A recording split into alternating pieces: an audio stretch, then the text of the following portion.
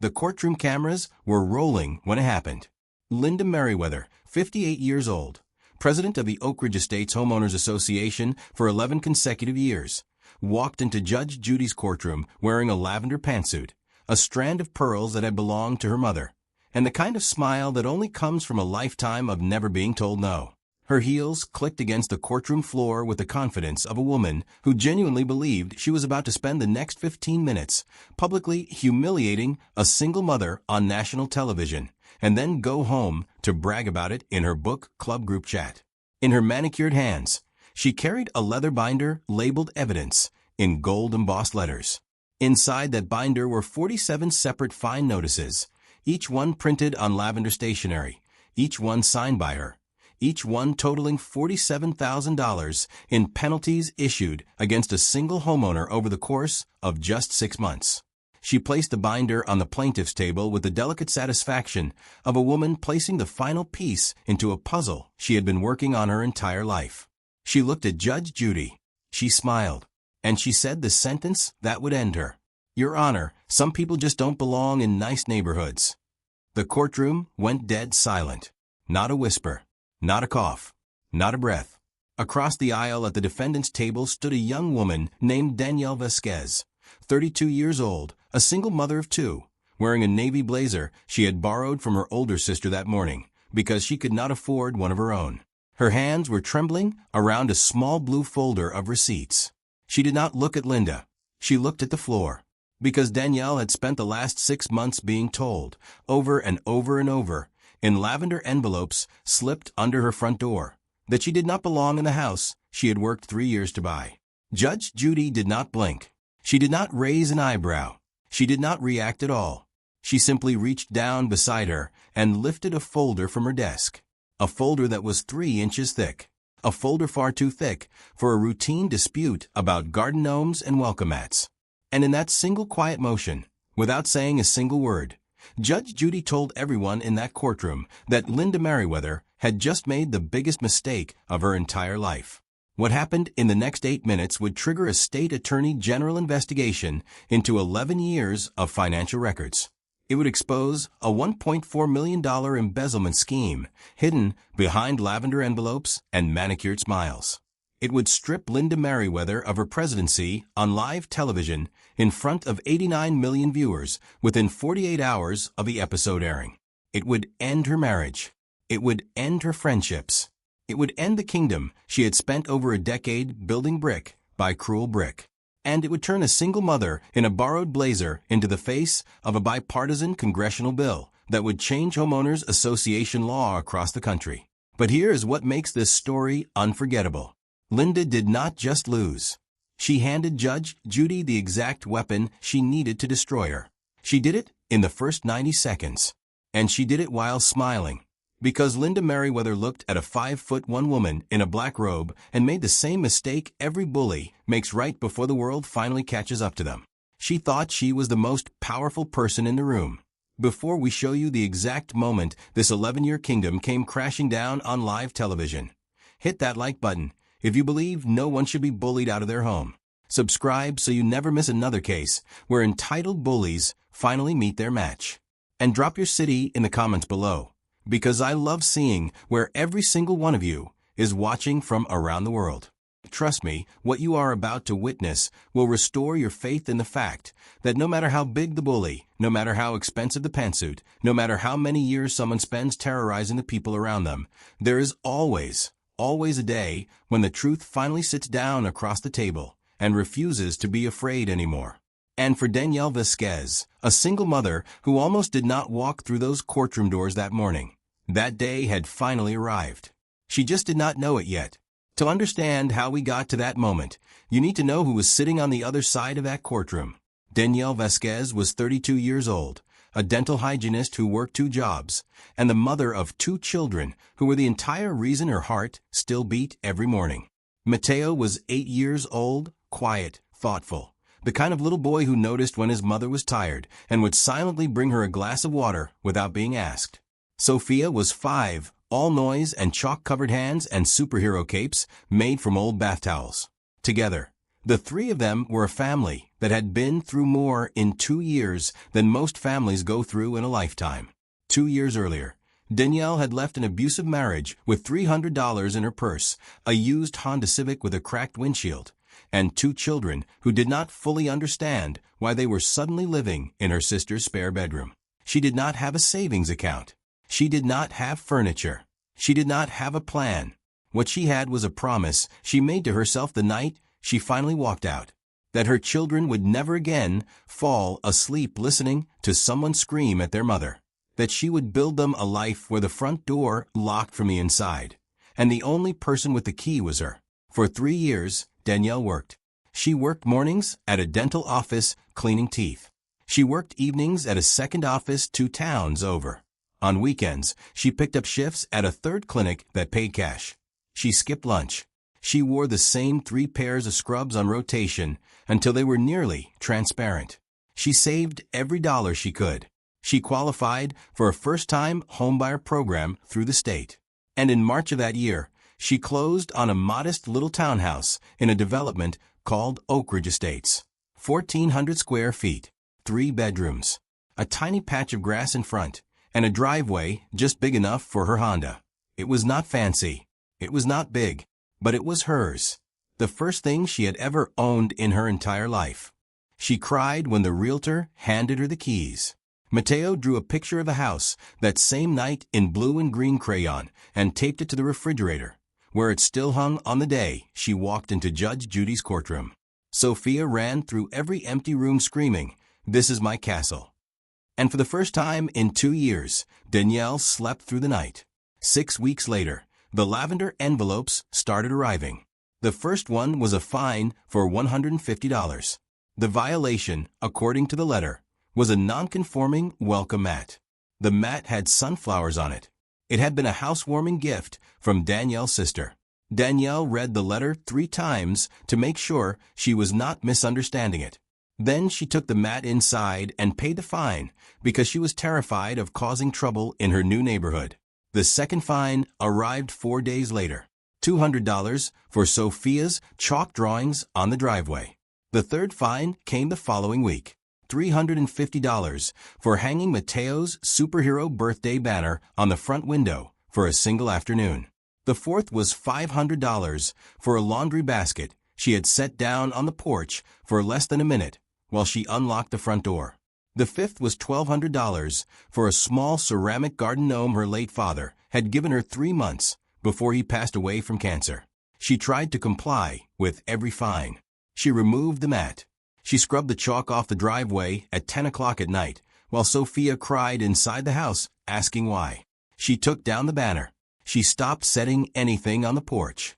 She moved her father's gnome into the backyard where no one could see it. And still the lavender envelopes kept arriving. Sometimes 3 in a single week. The breaking point came in July. It was 98 degrees outside. Danielle bought Mateo a small blue plastic kiddie pool from the dollar store so he could cool off in the front yard while she watched him through the kitchen window. The pool was on the grass for approximately 2 hours. The next morning, a lavender envelope was under her door. $4,000. She sat on her kitchen floor and cried for the first time since her divorce. That night, Mateo came into her room, put his small hand on her arm, and asked, "Mommy, are we going to be homeless again?" Danielle wiped her eyes, opened her laptop, and filed a case in small claims court. She was not suing for money.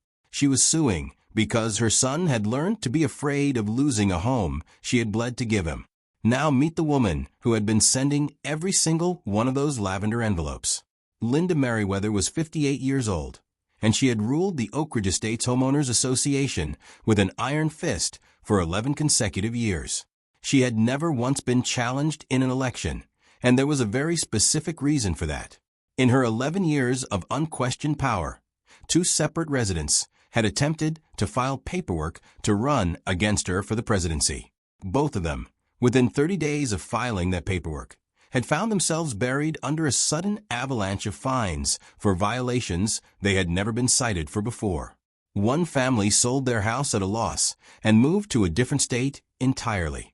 The other withdrew their candidacy in tears at a public community meeting while Linda sat in the front row taking notes on a yellow legal pad.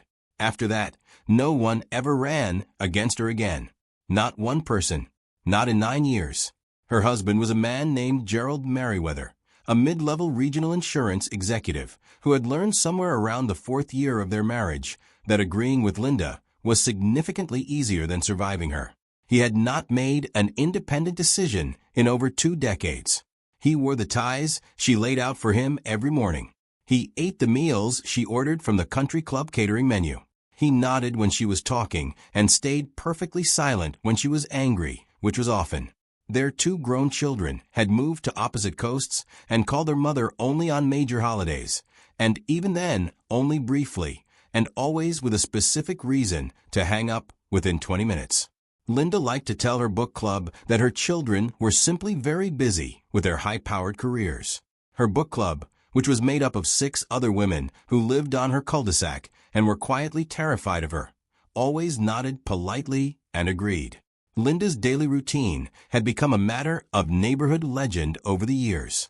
Every single morning at 7 o'clock sharp, she climbed into her white Cadillac SUV with a leather clipboard, a Nikon camera with a telephoto lens, and a stainless steel travel mug of coffee. She drove slowly and deliberately through every street of Oak Ridge Estates, photographing violations. A trash can left out 10 minutes past the scheduled pickup time. A portable basketball hoop leaning slightly to the left. A single dandelion in a front lawn. A garage door left open for longer than 5 minutes. She kept a color-coded spreadsheet on the home computer in her office with the name of every resident, every infraction they had ever committed, and every dollar she had ever fined them. She updated that spreadsheet every single evening while Gerald sat alone watching television in the den. Her cruelty was not random. It was targeted. It was patterned. And it had been going on for over a decade. She had once fined an 82-year-old widower named Mr. Petroselli $800 for leaving his American flag out overnight the day after his wife's funeral. She had forced the Kim family, immigrants from South Korea, to repaint their front door 3 separate times because she claimed the shade of navy blue they had chosen was too aggressive for the community aesthetic.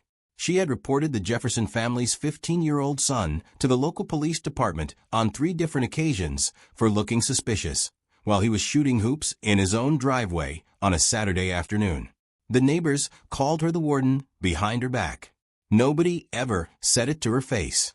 Everyone was afraid of the lavender envelopes, and everyone had a very specific reason to be afraid. When Linda received the notice that Danielle Vasquez had actually filed a small claims case against her, she laughed out loud at her kitchen table. She laughed so hard that Gerald, who was pouring his morning coffee at the counter, actually flinched and spilled half of it on the tile. Linda considered the entire thing genuinely beneath her. A single mother who had purchased her house through a first-time homebuyer program was suing Linda Merriweather, the president of a homeowners association that collected over $100,000 in annual dues. It was almost funny to her. Almost. When the producers of the Judge Judy show reached out to invite the case onto the show, Linda treated it like a marketing opportunity. She told her book club that she was going to appear on national television and finally show the entire country what real neighborhood leadership looked like. 2 members of the book club sent her congratulatory bouquets. The other 4 whispered quietly to each other that maybe Linda had finally gone too far this time. Linda arrived at the courtroom that morning with a $2,400 designer handbag on her arm, that gold-embossed evidence binder tucked under her elbow, and a private attorney standing beside her named Bradford Ellison Whitmore III. Bradford charged $650 an hour, specialized in homeowners association law, and had never once lost a case to a plaintiff earning less than 6 figures. He had explicitly advised Linda in 3 separate phone calls to let him do all the talking. Linda had explicitly ignored every single word he said. She was going to handle this one herself. She was going to make an example out of Danielle Vasquez on live national television, and she was going to enjoy every single minute of it. What Linda did not know was that Judge Judy's research team had spent 3 full weeks investigating her. What Linda did not know was that a former HOA treasurer named Margaret Cho, whom Linda had personally forced off the board 2 years earlier during a screaming match at a community meeting, had quietly kept photocopies of every single check the HOA had written during her 4-year tenure as treasurer. What Linda did not know was that Margaret Cho had received a phone call from one of Judge Judy's producers 6 days before the hearing, and Margaret had said yes to every single question they had asked her. Real quick, before we continue, if this story is pulling you in, hit that like button, subscribe so you never miss another one of these cases, and drop your city in the comments below. I love hearing from every single one of you around the world. The 3-inch folder sitting on Judge Judy's bench that morning was not about a welcome mat. It was not about a garden gnome. It was about 11 years of a queen who had never once been questioned by anyone. And in about 6 more minutes, she was going to be questioned in front of the entire country. Judge Judy opened the proceedings with her signature efficiency. She reviewed the basic facts of the case aloud for the record. A homeowners association, 47 separate fines totaling $47,000 issued over 6 months. A single mother suing not for the money she had already paid, but to have the remaining fines voided and to stop the pattern of harassment against her family. Judge Judy turned to Danielle first, as she always does when a plaintiff appears visibly nervous. She spoke gently but directly. "Mrs. Vasquez, tell me in your own words what happened." Danielle stood slowly. Her hands were folded in front of her, trembling slightly, but her spine was straight and her eyes were clear. She spoke quietly at first, describing the house, the day she got the keys, the way Mateo had drawn a picture of it in blue and green crayon. She described the first lavender envelope, then the second, then the third. She did not exaggerate. She did not raise her voice. She simply laid out the timeline, one fine at a time, referencing dates and dollar amounts from the small blue folder in her hands.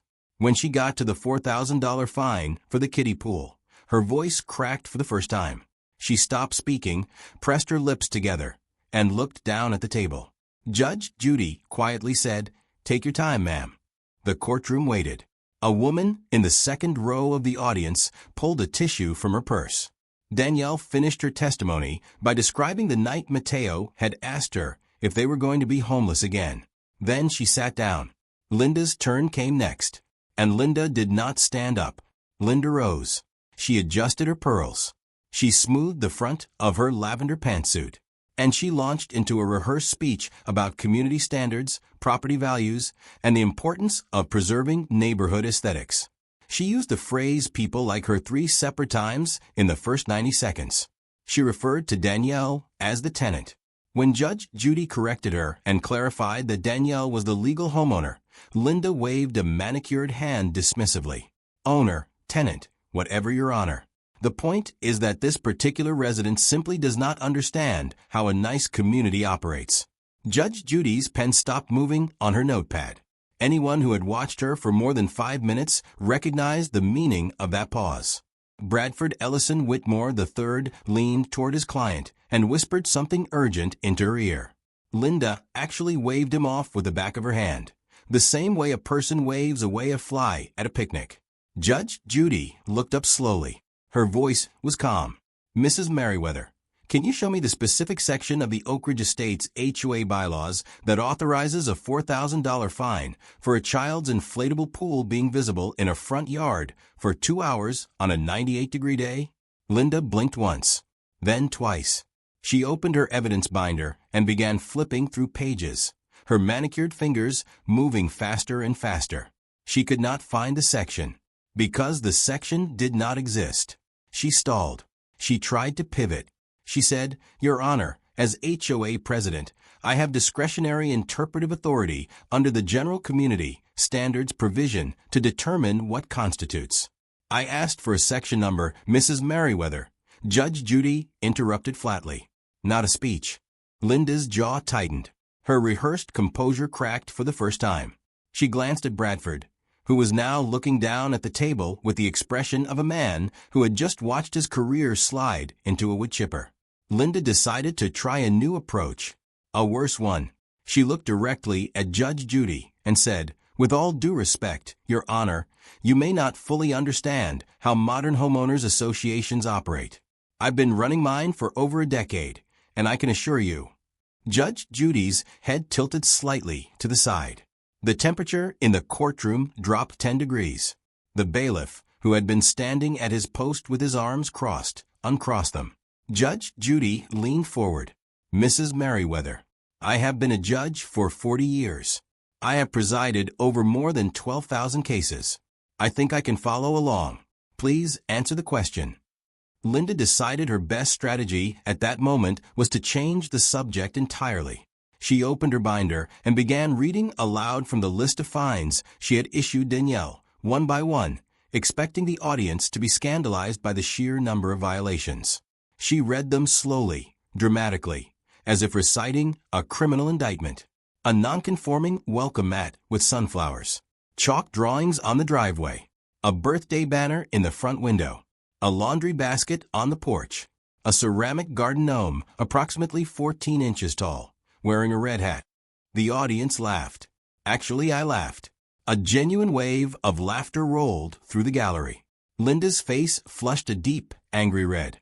She snapped her binder shut, turned toward Danielle for the first time in the entire hearing, and hissed, "You people always play the victim." The courtroom froze. Not a whisper, not a breath. Bradford Ellison Whitmore III put his head in his hands and did not lift it back up. Judge Judy's voice came out low and dangerously quiet. "You people, Mrs. Merriweather, would you like to clarify for the record exactly who you people refer to?" Linda stammered. She said something about single mothers. Then she said something about people who don't work hard enough to afford the community. Then she said something about certain elements that lower the tone of a neighborhood.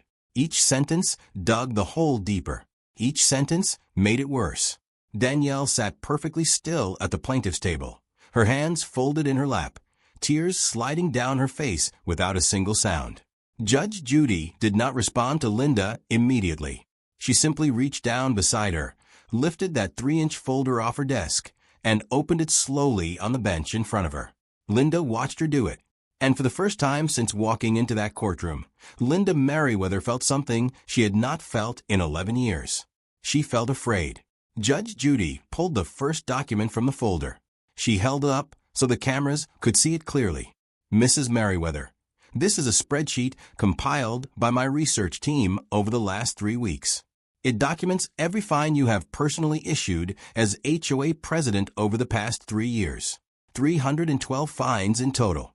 Would you like to hear what my team discovered about the pattern of those fines?" Linda did not answer. Her mouth had gone dry. Judge Judy did not wait for permission. Of those 312 fines, 287 of them were issued against just 14 households. Every single one of those 14 households is either a single mother, an immigrant family, a black family, or an elderly resident on a fixed income. Meanwhile, your next-door neighbor Bethany, who happens to be a member of your book club, has a broken fence, a boat parked in her driveway, and Christmas lights still hanging from her roof in the middle of July. She has received exactly 0 fines in 11 years. Would you like to explain that pattern to this court?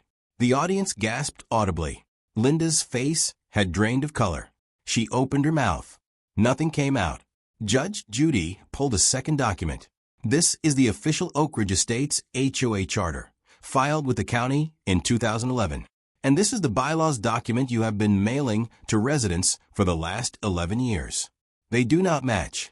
In fact, more than half of the violations you have fined residents for are not listed anywhere in the actual legal charter. Mrs. Merriweather, you have been inventing rules. Bradford Ellison Whitmore III literally stood up. "Your Honor, I need to be excused." Judge Judy did not look at him. "Sit down." Then came the third document. Judge Judy held up the HOA's financial records, obtained through a formal request to the county. Over the past 11 years, this HOA has collected an estimated $1.4 million in fines. The official landscaping, maintenance, and community expense budget accounts for only $340,000 of that total. Mrs. Merriweather, where is the other $1.06 million? Linda's hands were shaking. Bradford was staring at the ceiling. Judge Judy pulled the fourth document. A former treasurer of your HOA, a woman named Margaret Cho, kept photocopies of every check written from the association's account during her 4-year tenure. She provided them to my producers 6 days ago. Would you like me to read what she found? Linda whispered, Your Honor, please. Judge Judy read anyway. Payments from the HOA account to your personal credit card, totaling $47,000 over 3 years. A $68,000 kitchen renovation at your home, paid directly from the association account. Your daughter's wedding venue deposit, $32,000. A timeshare in Aruba.